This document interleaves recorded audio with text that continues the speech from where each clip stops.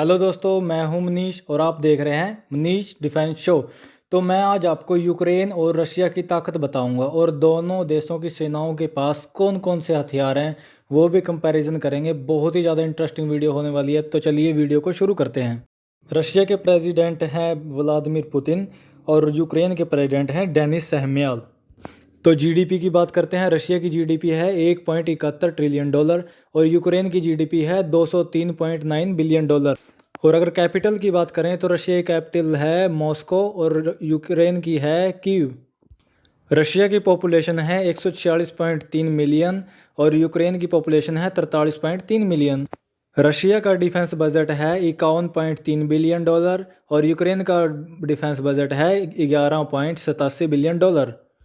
Global fire power ranking की बात करें तो रशिया की रैंकिंग आती है नंबर 2 पर और यूक्रेन की रैंकिंग आती है नंबर 22 पर। तो सेना की बात करते हैं। रशिया के पास मिलिट्री है 9 लाख और रिजर्व मिलिट्री है 20 लाख। टोटल हो गई 29 लाख की मिलिट्री। लेकिन यूक्रेन के पास है 2 लाख की एक्टिव मिलिट्री है और रिजर्व है 9 लाख की। टोटल हो गई 11 लाख। तो यहाँ पर यूक्रेन की मिलिट्री को हमें कम नहीं समझना चाहिए, क्योंकि यूक्रेन का क्षेत्रफल भी रशिया से 29 गुना कम है और युद्ध के समय यूक्रेन को केवल रशिया और बेलारूस से ही लड़ना है बस। लेकिन रूस की बात करें तो नाटो और अमेरिका युद्ध तो नहीं करेंगे यूक्रेन के लिए, लेकिन यूक्रेन की मदद के लिए वो रूस के चारों ओर अपनी नौसेना और मिलिट्री भेजेंगे, जिससे कि रूस पर प्रेशर पड़ेगा और रूस अपनी पूरी सेना को यूक्रेन नहीं भेज पाएगा। और यूक्रेन की 11 लाख सैनिक केवल एक ही जगह पर रूस को और बेलारूस से लड़ेंगे। सेना टू सेना के मामले में रूस यूक्रेन को नहीं हरा पाएगा। फाइटर जेट की बात करते हैं तो यूक्रेन के पास फाइटर जेट हैं 100 और रशिया के पास हैं 1500। यहाँ पर हमें रशिया बहुत ही ज़्यादा आगे निकल जाता है। और अगर हेलीकॉप्टर्स की बात करते हैं, अटैक हेलीकॉप्टर की, तो रशिया के पास हैं 540 अटैक हेलीकॉप्टर और यूक्रेन के पास हैं 50 अटैक हेलीकॉप्टर। यहाँ पर भी रशिया बहुत ही ज़्यादा आगे निकल जाता है एयर पावर के मामले में। टैंक की बात करते हैं तो रशिया के पास टैंक हैं 12,240 की संख्या में और यूक्रेन के पास टैंक हैं 2,600 की संख्या में। टैंक के मामले में भी रूस बहुत आगे है यूक्रेन से, लेकिन रूस के टैंकों से निपटने के लिए अमेरिका ने 500 मिलियन डॉलर की एंटी टैंक मिसाइल यूक्रेन भिजवा दी हैं। और इसमें सबसे जैवलिन नाम की मिसाइल बहुत ही ज़बरदस्त मिसाइल है। टैंकों के अंतर को अमेरिका ने बहुत हद तक कम कम कर दिया है। आर्मड व्हीकल्स की बात करें तो रशिया के पास हैं 30,000 की संख्या में और यूक्रेन के पास है 12,500। और आर्टिलरी गन्स की बात करें तो रशिया के पास हैं 7,500 की संख्या में और यूक्रेन के पास हैं 2,050।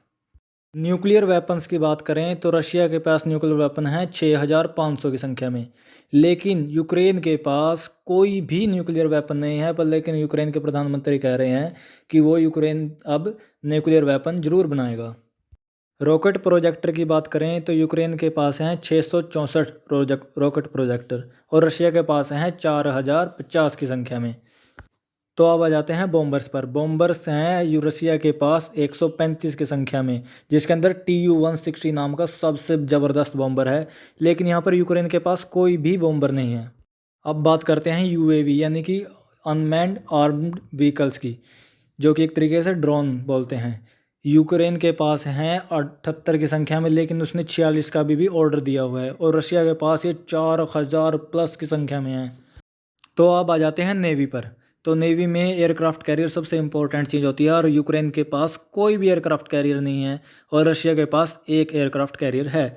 और डिस्ट्रॉयर की बात करें तो यूक्रेन के पास कोई भी डिस्ट्रॉयर नहीं है और रशिया के पास 18 डिस्ट्रॉयर हैं। और अब आ जाते हैं उसके छोटे वर्जन कॉर्वेट पर। तो कॉर्वेट हैं यूक्रेन के पास एक और रशिया के पास हैं 85। और अब उससे भी छोटा हथियार आता है नेवी का फ्रिगेट्स। तो यूक्रेन के पास है सिर्फ एक और रशिया के पास आ जाते हैं 13। तो अब आ जाते हैं नेवी के अदृश्य हथियार पर, जो कि पानी के अंदर चलता है, जिसे कहते हैं सबमरीन।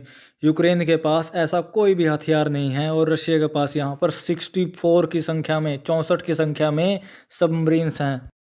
तो हाइपरसोनिक मिसाइल हो गई, आईसीबीएम हो गया और परमाणु बम हो गए। अब मैं चाहता तो आपको बता सकता था, लेकिन यूक्रेन से अगर युद्ध हुआ केवल यूक्रेन से, तो शायद रशिया को इन चीज़ों की ज़रूरत ना पड़े, क्योंकि हाइपरसोनिक मिसाइल की भी उसे चलाने की आवश्यकता ना पड़े और आईसीबीएम तो बिल्कुल भी ज़रूरत नहीं पड़ेगी और परमाणु बम वो चलाएगा ही नहीं।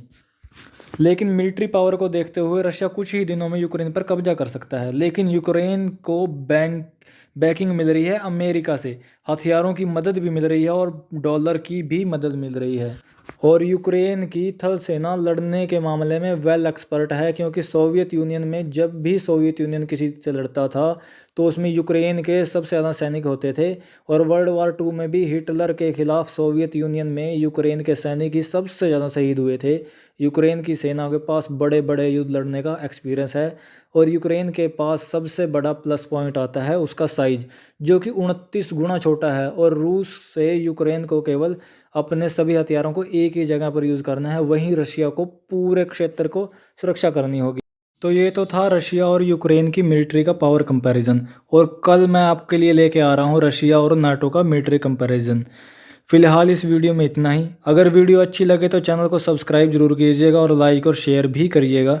Thanks for watching video.